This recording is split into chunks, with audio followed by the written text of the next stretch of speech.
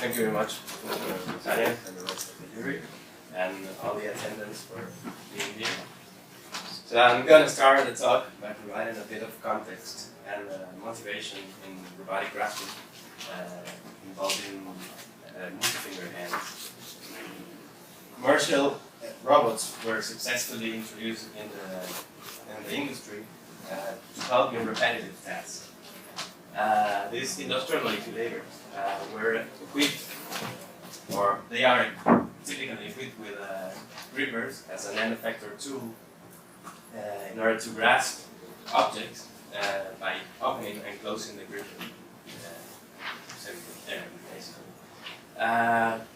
However, the retooling operations due to changes in the object geometry required costly maintenance, and it was costly in time and money. So this made robotic engineers to think of a more flexible end effector inspired by the human hand. This is the hand designed and built by Professor Salisbury in the early 80s, composed by 3 fingers and 3 joints per finger, which sorry, please, mobiles. This hand was built and designed by Salisbury according to his student, with minimal requirements to perform dexterous manipulation. And it was composed of 3 fingers and 3 joints per finger. Ideally, these hands would be able to grasp any kind of objects and would be able to perform small displacements on the object without need of moving the whole arm. And even though these traditional grippers has their own application domain, which is very important, it seems clear that the idea of digital robotics and assistance, whether at urban areas, at home, or even in space, won't be realized completely without a flexible end effector. Certainly, an anthropomorphic fully actuated design is not always the best solution. For instance, in cases where we want to perform pick and place operations, ingenious grippers have been recently developed that has the ability to grasp a variety of objects. This is the case of the soft grabber by the Technical University of Berlin, or the gripper by the Cornell University, which has a simple mechanism that activates the jamming of granular material and can adapt to a variety of forms. However, for tasks requiring a dexterous manipulation of the object within hand manipulation, it seems that robot hands provide the ideal solution, because their increased mobility allows them to perform a variety of complex motions, such as the one required to screw a ball or opening a container. But the price of using a robotic hand is the complexity.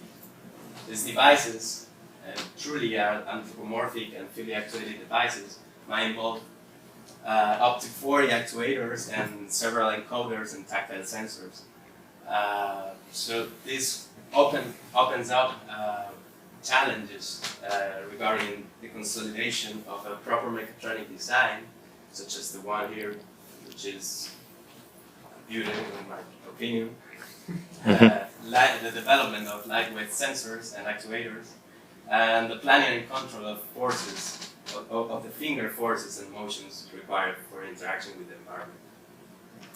This thesis aims to provide solutions to a main problem with this latter aspect, known as the grasp planning problem.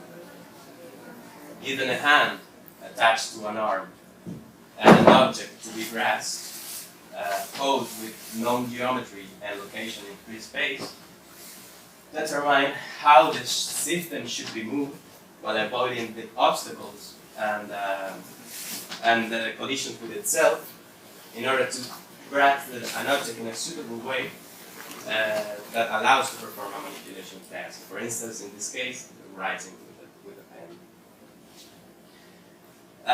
our solution methods to this problem will take two basic requirements into account. The first one is that we will ask our methods to be able to generate task-specific graphs.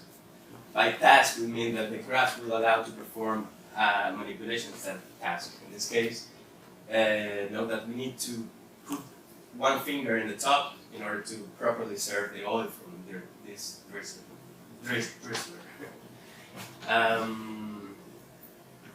To this end, we're going to assume that a number of contact constraints between the regions on the object and on the hand surfaces need to be fulfilled.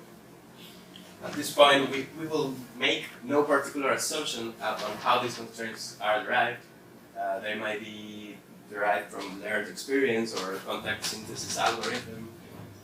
But what we assume is that these regions will be given in a free-form patch that allows to adapt to the endless possible shapes that objects that we can find in practice, or the hand geometries that we can find in practice. The second requirement is, since hands may adapt a wide variety of designs, and the contact patterns of these regions may adopt different topologies, such as contacting with the palm and part of the finger, or even part of the hand contacted with itself. So we will ask our methods to be of sufficient generality to tackle all the constraints derived from these situations. Given the complexity of this problem, we're going to adopt a divide and conquer strategy. First, we're going to focus on the determination of a good configuration of the hand in contact with the object, which is the so-called grass synthesis problem. And then we are going to focus our attention in determining how the system should be moved in order to reach that configuration, which is what we call the approach planning problem. Now I will briefly review existing solutions to these two problems. What are their main shortcomings and the alternative solutions that we propose. So let's start first with the grass synthesis problem. The initial studies on this matter concentrated efforts in determining the locations on the object that if you put the fingers at those locations, the object was prevented from moving. This was done using, for instance, typical graph quantitative measures. The main issue here is that once the contact locations are determined, we need to find a configuration of the hand. And it might be the case that the contact points obtained are not reachable by the hand, which makes all the efforts made on finding these contact points almost useless, but not at all. A more recent approach to this problem is the one taken by for instance, Barley and Allen with their widely known graph bit. The idea is to place their wrist around the object with certain heuristics and pre-shape the hand from where the fingers are closed. And then the resulting configuration is evaluated according to the same quantitative measures as before. The main issue here is that really the finger motions are not planned, it's just a mere closing of the finger. So there is no guarantee where the fingers will finally land. And we don't know if the resulting graph configurations are good for a given manipulation task. So our approach considers both the contact and the hand constraints in finding the grasp. So that's perhaps consider the contact constraints is the main difference with respect to existing approaches. So in order to obtain these configurations,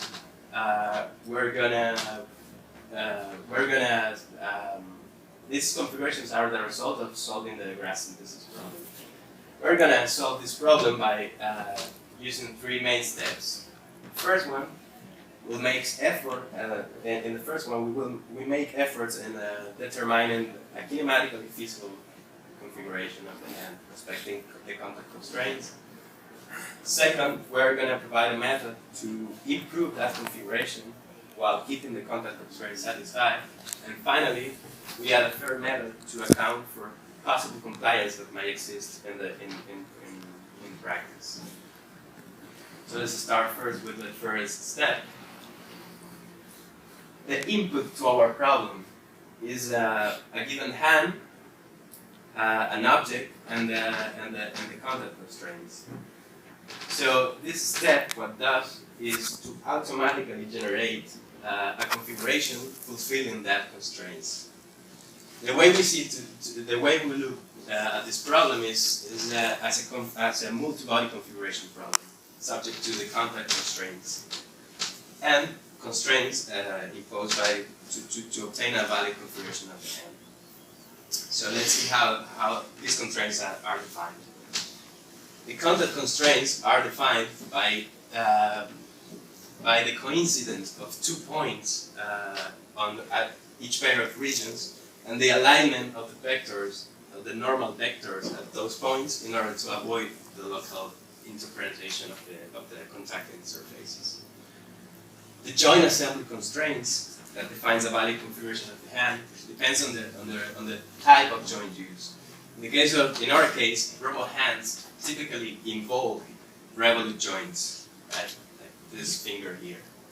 So the constraints imposed by a revolute joint are defined by asking the coincidence of 2 points on the revolute axis on each pair of bodies, and the coincidence also of the parallel of a vector parallel to the revolute axis on each of the 2 bodies as well. Additionally, the mechanical limitations of the joint can also be considered at this point by limiting the rotation of an angle about this axis, which are known as the joint limits. So both the contact constraints and the joint assembly constraints define a system of equations. This will be our hand object system. And the shape of this system depends on the formulation that we use. In our case, we're going to use a formulation where the variables of the system are the position and orientation coordinates of all the bodies, such that the constraints that I just explained define equations containing only linear, quadratic, and bursting form monomials. The reason behind this is that this formulation can be exploited by using a powerful branch and prune technique that has, among other properties, a guaranteed convergence. That means that you will find a solution to this system if it exists. And if the technique works like this, the variables of this system can take only values within a given range, and the Cartesian product of these ranges defines this initial box that bounces solutions to this system. The technique relies on 2 basic operations, which are the branching and the pruning. The branching is just bisection of the box, and the pruning discards part of the box that contains no solution. So by alternating the 2 operations on this box, the technique is able to isolate the solution set. In this representation, note that the solution was isolated at any desired resolution. And in this representation, we isolated the whole solution set. But due to the size of the problem where we will be dealing with, we won't be allowed to do this in reasonable times. So we were we're going to stop the technique, the procedure, and at the moment we find one solution to the system. So the branching is trivial in this case. The key in this technique is the pruning. So let's see how it works in detail. Assume that this is the initial box defined by a two-variable system, and the system contains only a linear equation represented by this line here. So the shrinking operation is done by minimizing and maximizing a variable subject to this linear constraint. This can be done using, for instance, the simplex algorithm, which is have proven to be very efficient in these cases. But the trick of this technique is how can we consider a quadratic term represented by this, for instance, by this parabola using the same simplex algorithm. Note that in this case now the solution set is not the straight line but the intersection point. So the idea of the solution process is first we need to find a polytope that nicely bounds the part of the parabola that is inside the box, and then we can include the sides of this polytope as linear inequalities in the linear optimization problem. So by applying the simplex algorithm again, which is a linear programming technique, we can further reduce the box, considering also the parabola. Note that this box is a rough approximation of this point, but by splitting and repeating the process again, we can reduce the box further and finally stop at any desired resolution. A similar process can also be used for the bursting form monomials. So this methodology was implemented and tested on realistic situations involving the model of a real hand, grasping, for instance, an escalpel, a teapot, and a guitar, with the complexity, having the complexity of the problem related to the increasing number of contact constraints. In this column, we have only 2 constraints, and in the end, we have 4. The task for which the contact constraints were given are the ones shown in the top of the figures. And the solution, the automatic solution given by the method is the one shown in the figures for a given set of contact constraints. The size of the problem treated here are the system of equations, the resultant system of equation has about 300 variables in the equation. A quick count here tells us that this is for certain not the only solution among all the possibilities. And recall that we are only finding here a kinematically valid configuration. So it might be the case that the obtained solution is not good according to a given criterion. In this case, for instance, the fingers are fully extended, compromising the manipulability of the object if we want to keep the contact constraints maintained. So we have this second step in order to improve this configuration while keeping the contact constraints. So the way we do this is as follows. Recall that this manifold represents here all the possible solutions to the system of equation. And we already know how to obtain one point of it. But we don't know anything about the shape of this manifold, because it's implicitly defined by a system of equation. And the dimensionality of this manifold is high, up to 10 and 15, up to 10 over 10 dimensions, and it lives in an ambient space formed by the coordinates of the hand and the coordinates of the object configuration spaces, which we call that, remember that it has about 300 more arrows like this. So no matter what technique we use, exploration of such manifold it's hard to do in reasonable time.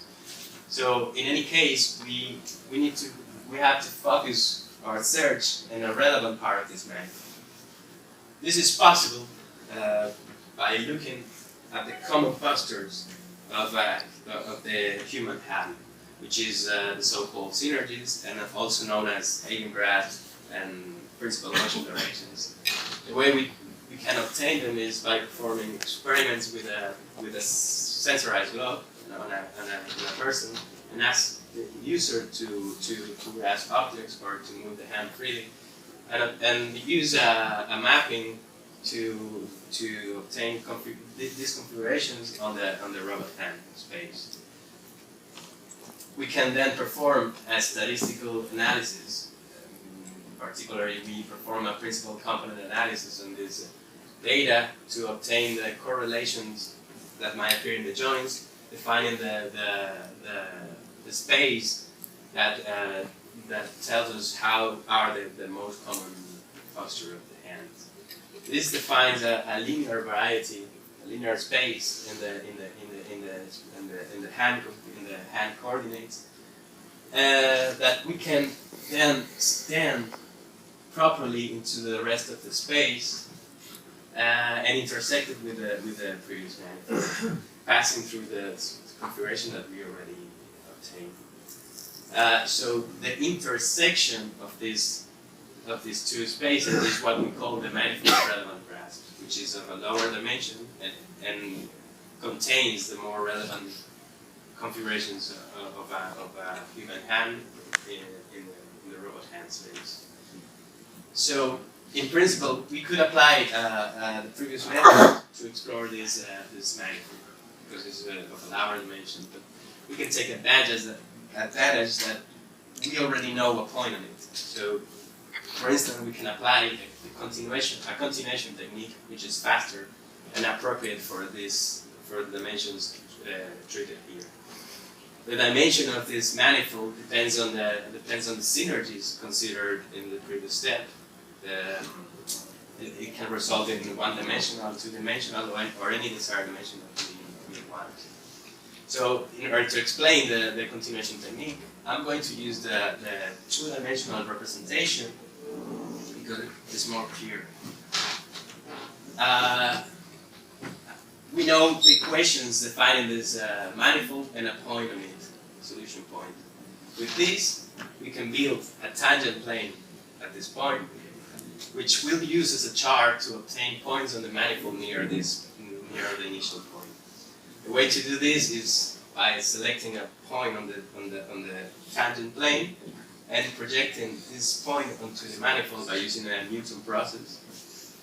The moment we obtain a point on the manifold, we can build another tangent plane to find points that can be used also as a chart to obtain points on the manifold near this second point. So in order to keep track of the explored area of the manifold, what we do is to coordinate the charts by clipping them. So this procedure is continued until the manifold is fully covered by a collection of charts forming an atlas. This atlas can be used to find points on the manifold that represents hand object configurations. These configurations can then now be evaluated with typical graph quality measures and color the charts according to the value given by the measure.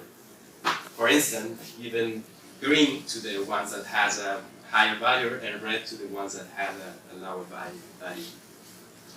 From where we can readily identify the best one according to that criteria. This methodology was tested again on realistic situations, but I'm going to explain first the results using this simple example, because it's much more easier to see what's going on here in this example. This example involves a three-finger hand containing 2 joints per finger, and grasping in this case a Mickey Mouse-like figure. The manifold of kinematic and physical graphs in this case is 3-dimensional. So we introduced synergies obtained using random configurations just to test the ability to reduce the dimension. So we introduced just once the synergies necessary to reduce the dimensionality of the manifold by 1. So obtaining a manifold of relevant graphs of dimension 2. This is the atlas resulted from the methodology that is covering that manifold of relevant graphs. This is 2 views of the same atlas, the top and the bottom view. And it's colored using the manipulability criterion, which tells us how good the configuration is to move objects along any direction. From there, we can identify the best and the worst case, the worst configuration. In this case, the black charts represent near configurability configurations that can be seen here in this configuration that one of the fingers is fully extended, impeding the motion of the object in a certain direction if you want to keep the contact constraint. The same atlas was used to optimize the well-known property, which is the force closure, using one of the criteria given by Prattichizzo and in this case, we were able to identify the best one and the worst configuration according to this criteria. These 2 properties are typically desirable in a generic situation involving a grasping, because it's moving the object along any direction, and the force closure, which tells us how good a configuration is in preventing external perturbances. So we can see here that if we want to consider them both, then there might be problems, because one of the best one according to one criteria is one of the worst according to the other one. So one way to combine them is to perform a serial evaluation. The method allows us to do this by, for instance, defining a threshold for the force closure index, which splits the atlas in the charts that has a value above this threshold, which are the charts drawn in blue here, and the black chart that doesn't have a value below the threshold. So the second optimization, the second criterion is evaluated only on the blue charts, from where the best configuration can be readily identified. This would be the best manipulable configuration that has a minimum value for the force closure measure. So, as expected, we also tested this methodology in a realistic situation involving the model of a real hand, and in this case, grasping a soda can and a screwdriver. In this case, we introduced synergies coming from real experimentation with persons, reducing the dimensionality of the manifold to 2, which is the atlas. The atlas covering such manifolds is the one presented here, in color according to the manipulability criteria. Again, the best and the worst configuration in both cases was obtained. And also the serial combination of such criteria, the force closure and the manipulability, was also tested. So up to this point, the object and the hand were assumed to be rigid. But there might be cases in which the contact, the area used for contact, and also the object can be soft, and the joints, the actuation, might be of considerable flexibility, such as in these cases. So we need we need a way to model these compliances and then finding a proper grasp configuration. The compliance at the contact is modeled in our work by using a spatial spring and introduces a 6x6 matrix providing the contact force proportional to the relative displacement between the object surface and the fingertip force, and the object surface and the fingertip surface. The compliance at the joint is modeled using a torsional spring that provides the torques, the joint torque proportional to the angular displacement of the current configuration of the joint and in a reference configuration of the joint. So we need, in order to find a proper grasp considering such compliances, a proper grasp means that we need to find a configuration satisfying two sets of constraints. The first set of constraints are the ones that make the grasp kinematically feasible, which are all the constraints that we already saw in the two previous methods. And the second set of constraints that make the grasp prehensile. This set of constraints entails first that the contact force acting on the object must be in equilibrium. These contact forces must lie within the friction cones. Also, the contact forces need to be controlled by joint torques. That means that they have to be generated by non-zero values of the torques. And finally, these torques should be within the actuator capabilities. So this system of equations is, as you can see, is bigger than the ones considered previously. So in order to choose among all possible configurations that might satisfy this set of constraints, we choose as the optimality criterion the minimization of the potential energy of the springs modeling the joints. The physical meaning of this criterion is that we, for the same contact forces, we prefer those configurations that makes that the motors are less loaded, demanding less energy. So all these constraints, or all this problem can be formulated as a constraint optimization problem this way. And so due to the size, we're forced to use a local technique starting from a good configuration. In this case, the solution method uses a sequential quadratic programming technique, which is the state-of-the-art in constraint optimization. And the initial guess for this problem might be derived, for instance, from the grasp optimization method that we used before. This methodology was implemented and tested in a real case with a hand developed at the Pisa laboratory.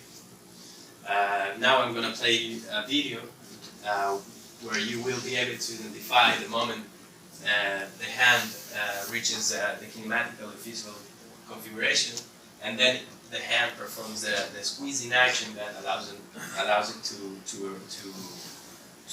reach the prehensile configuration.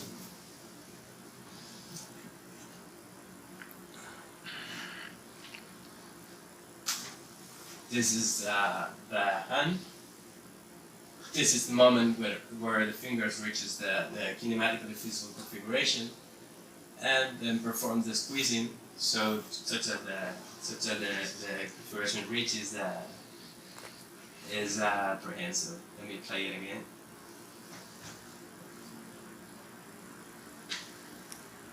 And the squeezing. So, up to this point, we know how to obtain a good configuration of the hand in contact with the object. Now we are gonna focus on the second part of the problem of the grasp planning problem, which is the approach path planning. So,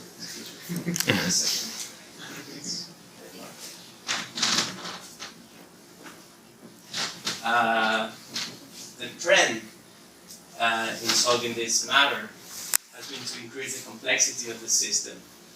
For instance, in the early works by Lozano Perez on the handy system, consider only a traditional gripper, which has only 1 degree of freedom.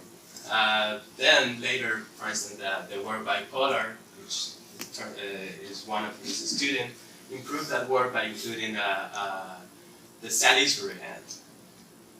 In more recent approaches, the Barrett hand and also anthropomorphic hands are starting to be considered with in principle with a higher complexity. But in general, all these works and others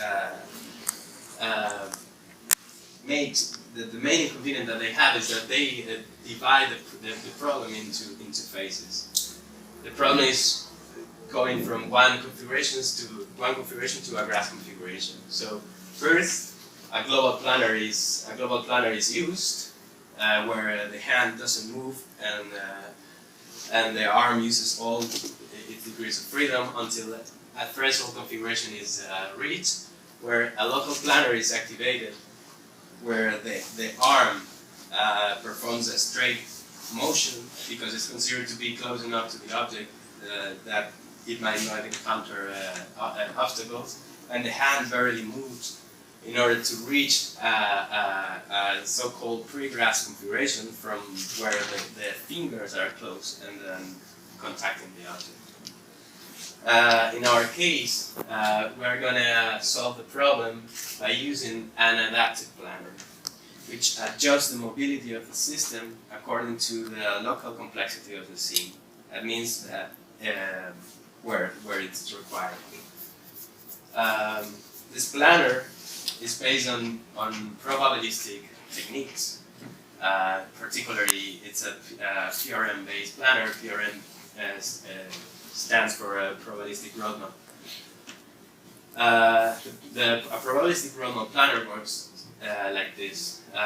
Assume that this is the configuration space of the robot, it's two-dimensional, and we want to go from one configuration to another configuration, while avoiding obstacles that we don't know, or it's very hard to model the geometry of these obstacles in the configuration space. This is why, in principle, we need a probabilistic method. The basic idea is to generate samples in this configuration space, and check them for collisions with the environment and with itself. Then find them the nearest neighbors of these nodes and try to connect them using local paths. And generate this. This would be our roadmap. In this case, the desired configurations belong to two different connected components. And we can continue resampling and connecting the nodes until the desired configurations belong to the same connected component. These kind of methods are said to be probabilistic complete because you can stop the sampling at any time, and if you never stop sampling, if the problem has a solution, you will find it eventually. So at this point, the problem boils down to find a path within the roadmap. In this simple scenario, this is a simple scenario, but recall that we are working with a hand-arm system. In the case of the arm, the dimension of the configuration space of the arm may have up to about 6. Is about above 6, and the configuration space of the hand has a dimension over 12. So planning the motion of the hand-arm system is a problem. Is a over 20-dimensional problem. So we need a mechanism that allows us to adjust these dimensions. In the case of the arm, we are going to use a strategy to sample arm configurations using wrist orientation constraints. This mechanism is fixed but allows us to reduce the dimensionality of the problem in a realistic way. And in the case of the hand, we are going to rely again on the postural synergies. So now I'm going to show you how to generate samples of the arm and of the hand, and later how to interconnect them. In the case of the arm, if you want to go from one configuration to another, what we do is to join the configuration using a straight line, and use this line to center boxes that define the sampling space for the arm, from where a path is to be obtained. Recall that this path is performed in the task. In our case, we will be using the task space, which is the space defined by the position and orientation of the wrist, from where we can apply an inverse kinematic method in order to obtain the joint angles and then send them to the real route. We choose the task space because it will allow us to introduce the wrist orientation constraints that not only reduces dimensionality but also provides realistic motion, as you will see in the examples. The way this orientation constraint is defined is using a point of interest in the goal configurations in order to define a rotation that will make the hand to always face to that point. So this way, the configuration space is reduced from 6 to 4, with four dimensions, which are the coordinates of the origin of the frame, the frame of reference attached to the wrist, and the rotation angle about the line joining the origin and the point of interest. In the case of the hand, in order to go from one configuration to another, what we will do typically is to generate samples over the full space and then try to connect them. The main issue here is that the path passes through hardware configurations, and remember that we are planning in the space of dimension over 20 in some cases. So what we are going to do is to rely on the postural synergies that remember that are obtained using experiments on a cyber sensorized load, obtaining data of the joint values, and applying a principal component analysis over this data to find the correlations that might appear on this data. And obtain, for instance, this would be in our case the first synergy that provide flexure of the outer joints mainly. This synergy in our case represented most of the data. The second synergy provides the flexure of the inner joint mainly and a bit of the outer joints. So by combining the two synergies, we can obtain more complex configurations of the hand. So the way we are going to apply this to our problem is that we are going to use the subspace defined by the synergies as our sampling space. And then we are going to try to find a path connecting the two configurations, noting that the path, the motion of the hand going from one configuration to the other passes most of the time through the synergy space. So in the cases where an obstacle prevents us from using the synergy because make the path unfeasible due to some colliding configurations, then the planner automatically adds another synergy, increasing the mobility of the hand, such that and resample again the space, such that the planner can find a way around this the obstacle due to the increased mobility. So now we know how to obtain configurations of the hand arm system, but we still need a local planner that tells us if the local path joining these two configurations is free from collision. There are several strategies to verify that this path is free from collision. For instance, we could check incrementally the path, but if we find an obstacle by the end of the line, then it means that we lost a lot of time by verifying this path. So in our case, we're going to use a low discrepancy sequence, particularly the van der Waals sequence, to minimize the risk of finding an obstacle in the middle of the way. So it works more or less like a dichotomic search, and the way it looks is something like this: first checking the middle, then the first quarter, and then the second quarter, and so on, until the stopping criteria is reached, and then we decide that the local path is free from collision. That it means that it's safe to go from one configuration. So all this planner was successfully tested in a realistic scenario, and also tested on real robots. Before, I'm gonna spend a bit of time in showing the performance of the use of the synergies to sample the hand configuration space. In the top row, we have the snapshots of a video showing the motion of the hand using when it's sampled using the full configuration space. We can see here that the hand may adopt very awkward configurations. And in the second row, we see the motion of the system, where the hand is being sampled using the synergies. We can see that in order to avoid the obstacles, the motions are more natural. But the results are not only qualitatively, also in the improvement is also quantified. As we can see, the average time in seconds spent to solve this problem, the same problem, the time is considerably reduced, and also the average sample is required to solve this problem.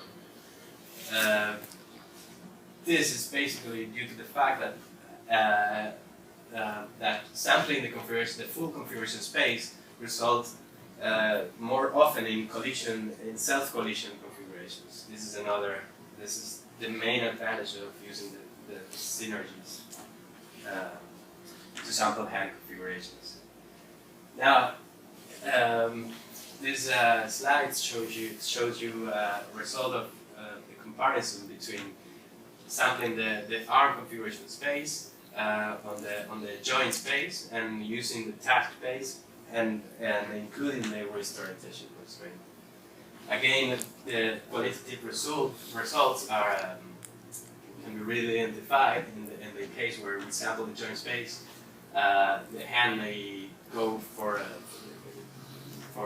awkward configurations because they are randomly generated in the whole space. And in the case where you use the wrist orientation constraints, the hand moves in a more natural object-oriented way.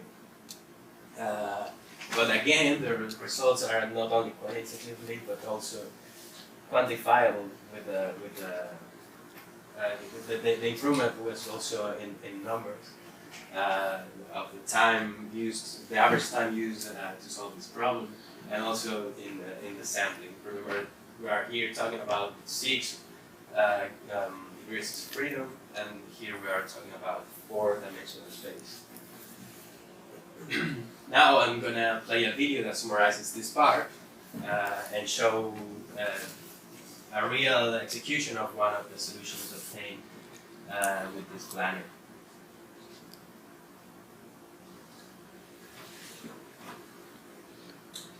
First, this is how the data was obtained using the sensorized load and the simulator, so the user could see that his motions and the mapping online. This is the data acquired and the results of the principal component analysis from where the synergies were obtained. This is a simulation of the first synergy. Controlling the first synergy, we see that we can provide a coordinate motion of the hands. This is the simulation of one of the solutions obtained, where we can see that the synergies are used in order to avoid the obstacles. And this is one of the solutions executed on the real system.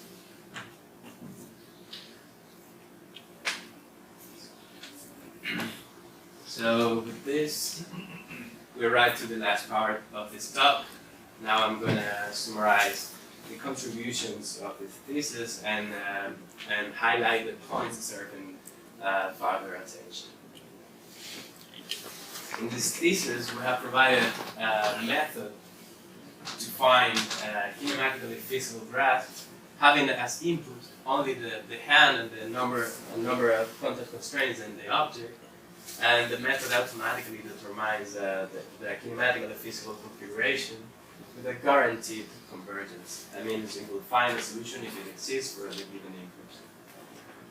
Then a second method was provided that improved that configuration while keeping the contact constraint and using any desired criterion. A third method was provided that accounts for possible graph compliances that might appear in practice, and some results in real hands were also tested. And finally, an adapted planner was proposed to compute the approach path of the hand-arm system to the object that successfully adapts the mobility of the systems according to the local complexity of the scene. It's worth noting here that methods are modular in the sense that they can be used independent of the other methods. But each method that has some advantages that makes the use of them in combination advisable. This method, all these results, has been disseminated through publications at international conferences such as ICRA, RSS, IRAS, and also in journals such as the International Journal of Robotics Research, Transactional Robotics, and Autonomous Robots. Actually, this one was recently accepted as a regular paper, and our journal version of this paper is now under development with Professor Vicky and Domenico from Pisa. As in any research, this work has opened more questions than the ones that I had said. In the case of the graph synthesis, one point that differentiates us from other previous techniques is that the ability to consider the contact constraints from the beginning. As I already said, nothing has been said about how these constraints are determined. So the automatic generation of these constraints would be advisable if we want to have a completely autonomous system. Also, the synergies, another point is that the synergies were obtained by using only the data obtained for the joint angles. But it would be desirable or interesting to have also the data related to the contact location of the contact location related to the configuration of the hand.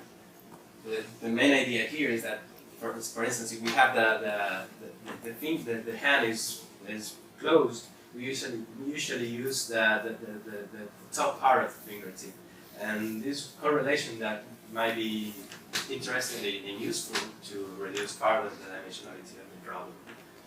Also, another point is that if we want to perform dexterous manipulation, then there might be necessary to consider the dynamic effects during the generation of such configuration. In the case of approach path planning, the environment was considered to be still. There might be cases in which the objects to be grasped or the obstacle are moving. So the consideration of time environments would be useful as a generalization of this approach. Even though the consideration of the environments are still is good enough for a wide ranges of applications. Second point is that in the case that we use arms with more than 6 degrees of freedom, there might be the case that we want to optimize the obtained path according to any criterion. In our case, we only consider collision avoidance before. And finally, the models and the geometry of the object considered in the approach were considered to be exact. So a way to include the uncertainty on these models and the locations would be advisable in order to minimize the risk of failure of the plan.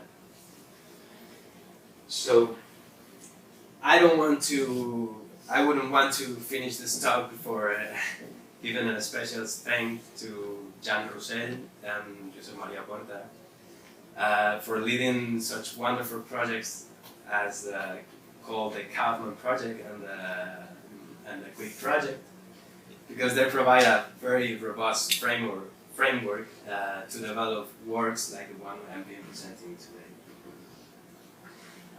So with this said, then I end my talk, and thank you very much for your attention. Thank you.